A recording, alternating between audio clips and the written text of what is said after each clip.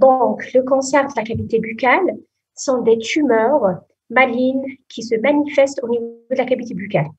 C'est quoi les cancers? Le cancer, c'est la multiplication anarchique des cellules du corps humain, quel que soit l'organe touché. Et il y a une tendance vers la localisation métastatique, c'est-à-dire la caractéristique des tumeurs, des cancers, qui ont une tendance vers la migration vers les autres organes, donc les métastases. C'est ça, les tumeurs avec ces caractéristiques, de façon générale. Les tumeurs de la cavité buccale, c'est des tumeurs à prédominance masculine, donc 90% sont retrouvés chez les hommes. Donc 90%, c'est des cancers en rapport avec une intoxication alcoolo-tabagique. Donc c'est pour cette raison, ils sont plus fréquents chez les hommes que chez les femmes. Le traitement de base des tumeurs, de façon générale, quelles que soient les tumeurs de la cavité buccale ou tumeurs localisées au niveau d'un autre organe, traitement de base est la chirurgie. C'est comme toutes les tumeurs. Donc la chirurgie, on a la chimiothérapie, traitement des tumeurs par des drogues, et on a la radiothérapie. La radiothérapie, c'est le traitement des tumeurs par des rayons, détruire, ça fait partie des traitements locaux des tumeurs. Donc, les tumeurs de la cavité buccale, c'est des tumeurs qui surviennent au niveau de la cavité buccale, c'est-à-dire au niveau de la langue, au niveau du palier mou, au niveau du plancher buccal, au niveau de la gencive, au niveau des amygdales. Par contre, les amygdales, c'est des localisations diagnostiquées par les médecins ORL en général. Certains malades ne consultent pas chez le médecin ORL, mais le médecin dentiste, en faisant les soins dentaires, il tombe sur une amygdale qui est de volume important, avec des caractéristiques spécifiques comme tumeur maligne, ou des tumeurs localisées au niveau des lèvres. Par rapport au cancer, avant qu'il arrive à un cancer, cancer, la tumeur, il y a des lésions précancéreuses. C'est quoi les lésions précancéreuses? C'est des lésions qui précèdent l'apparition d'un cancer. Ce qu'il faut savoir, parce que si on arrive à diagnostiquer les lésions précancéreuses, on arrive à faire un traitement précoce du cancer. Donc, ça fait partie des diagnostics précoces des cancers avant l'apparition du cancer. Et si on arrive à faire un traitement des lésions précancéreuses, on peut ne pas avoir le cancer par la suite. Donc, parmi ces lésions, on a les leucokératoses, comme vous voyez sur les images. Là, j'ai essayé de vous faire pas mal de photos pour voir les lésions qui sont en rapport avec le cancer. Quand vous voyez ici l'image, ces lésions sont caractérisées par une plage blanchâtre, souple, qui ne se détache pas au grattage. Le malade, il va essayer, même le dentiste, il voit c'est quoi ça, peut-être que c'est un champignon, peut-être que c'est une lésion mycosique, mais ça persiste, il n'y a pas le détachement. Elle correspond sur le plan histologique à une accumulation de la kératine. Donc, hyperkératose sur la surface, comme vous voyez, avec des limites irrégulières, blanchâtres, ce qui fait partie des lésions suspectes qui précèdent le cancer. La deuxième lésion, et ce n'est pas une très belle image ici, la deuxième lésion, c'est les lichens buccales, lésions précancéreuses, les lichens buccales. Donc, c'est des tumeurs, c'est des lésions érythémateuses, c'est une éruption érythémateuse là, irrégulière, qui contient sur sa surface des ponctuations grisâtres, fines, très évocatrices d'un cancer. Lésion précancéreuse d'abord, qui évolue vers la chronicité, c'est-à-dire le malade il vient, il vous rapporte ça et dans une autre consultation, c'est pareil. Donc, chaque fois, c'est la même chose. Donc, il faut pas passer à côté d'un cancer, lésion précancéreuse type lichen. Il faut surtout pas banaliser ce genre de lésion. Troisième lésion qui est en général facile à trouver, c'est les mycoses linguales. Donc, c'est des mycoses lésions blanchâtres localisées sur sur la langue, c'est des candidoses chroniques dans ses formes hyperplasiques, voire pseudotumorales.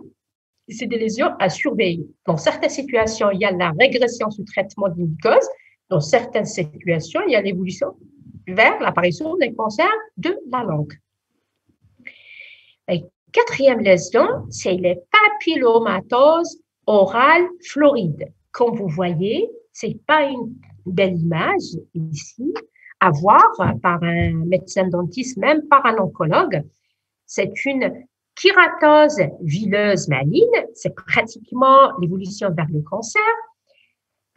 C'est des lésions localisées au niveau de la cavité buccale, se présentent sous forme d'une touffe de fine villosité, plus ou moins allongée, de couleur blanchâtre à rosée. Là, c'est rouge, c'est un stade un petit peu avancé, comme vous voyez sur l'image. Cette tumeur est extensive, très récidivante. Son diagnostic nécessite souvent 3 à 4 prélèvements. On fait une résection, c'est pas en rapport avec une tumeur, on fait une autre, on fait une deuxième, une troisième, quatrième, et si on fait une résection profonde, on peut tomber sur les lésions, une transformation maligne. En général, si on fait une biopsie superficielle de cette tumeur, on trouve qu'il s'agit d'une papillomatose orale floride non tumorale. L'évolution vers le carcinome verruqueux est quasi et constante. Donc, cette lésion, elle évolue vers des lésions cancéreuses. Donc, d'où le diagnostic précoce de ces lésions précancéreuses et par la suite proposer un acte chirurgical et éviter l'apparition d'un cancer parce que l'évolution, elle est constante vers le cancer. Cinquième lésion, c'est lésions non, c'est des lésions qui sont qui ressemblent pratiquement à cette lésion. C'est des lésions de la muqueuse, lésions de muqueuse rouge à érythroplasie de Kairat. Donc, cette lésion de la muqueuse, elle est rougeâtre. Elle n'a pas l'aspect des lésions cancéreuses bourgeonnantes ou ulcéreuses, qui doit être diagnostiqué par un dentiste afin de faire un diagnostic précoce des lésions précancéreuses et par la suite proposer un traitement complet en disant qu'il s'agit d'un traitement chirurgical. Ce sont des plaques rouges, souvent étendues sur la langue, restent superficielles, à bord irrégulier. C'est des lésions épithéliale et atrophique recouvert d'un réseau vasculaire télangiectasique. J'ai pas eu d'image ici, mais elle ressemble pratiquement à la quatrième lésion déjà citée.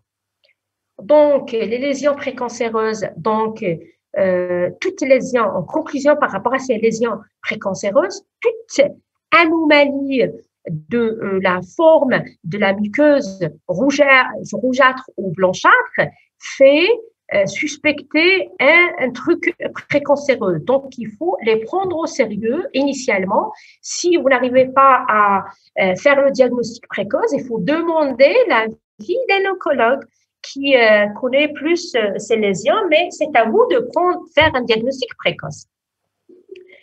Par rapport au cancer, là, par rapport au cancer, il y a des circonstances qui motivent le patient à consulter chez un médecin, chez un dentiste en première position, chez un oncologue en deuxième position.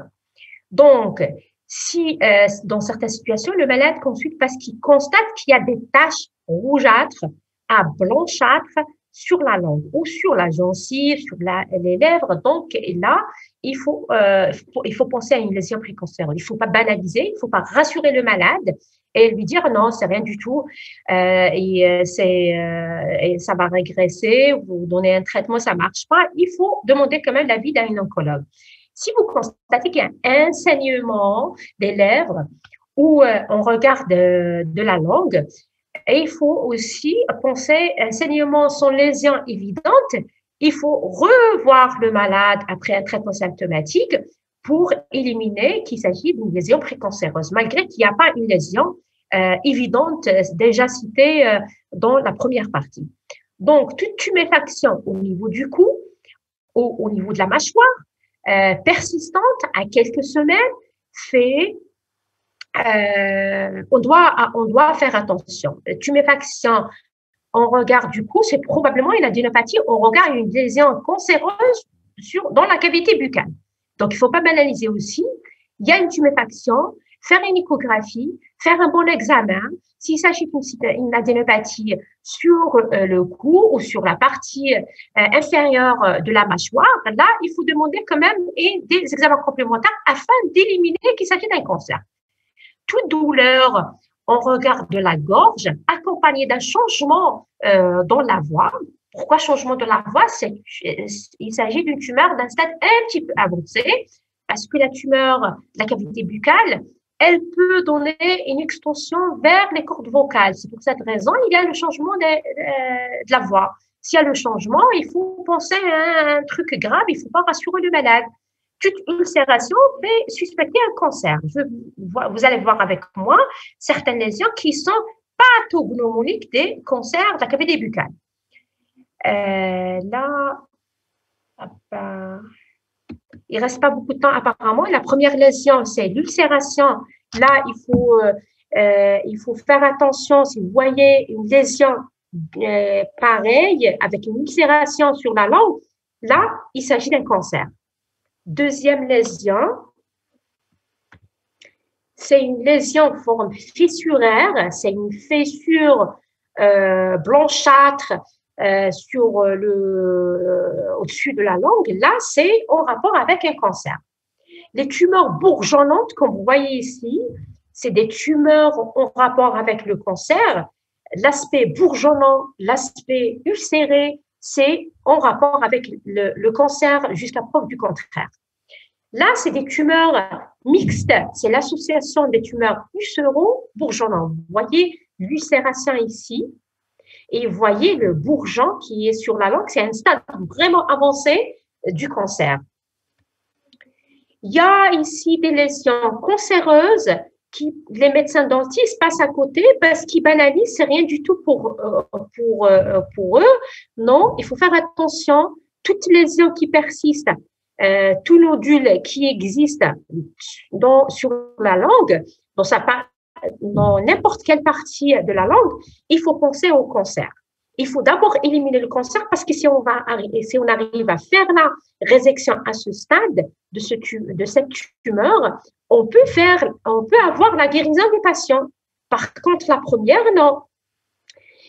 Si vous trouvez aussi ce nodule au niveau de la gencive buccale, il faut penser aussi au cancer. C'est un nodule interstitiel et il est différent de celui-là. Vous voyez ici, c'est un nodule sur la langue, ici. Celui-là, il lui ressemble, mais il est un aspect extériorisé. Donc là, il faut penser au cancer. Là, on a le traitement des cancers de la cavité buccale est basé sur la chirurgie, c'est la résection totale de ces tumeurs de façon carcinologique, c'est-à-dire résection complète de la tumeur, ne rien laisser après résection. Et on doit compléter l'acte chirurgical selon la tumeur par la radiothérapie, un traitement complémentaire selon la sensibilité de ces tumeurs. Et il y a un autre traitement proposé par les oncologues, c'est la chimiothérapie. Il y a plusieurs drogues de traitement utilisées. En général, la chimiothérapie, elle est utilisée au stade avancé des tumeurs. Par contre, la chirurgie radiothérapie proposée au stade précoce. Chimiothérapie, c'est un stade avancé. Le plus important pour vous, c'est de connaître les lésions précancéreuses.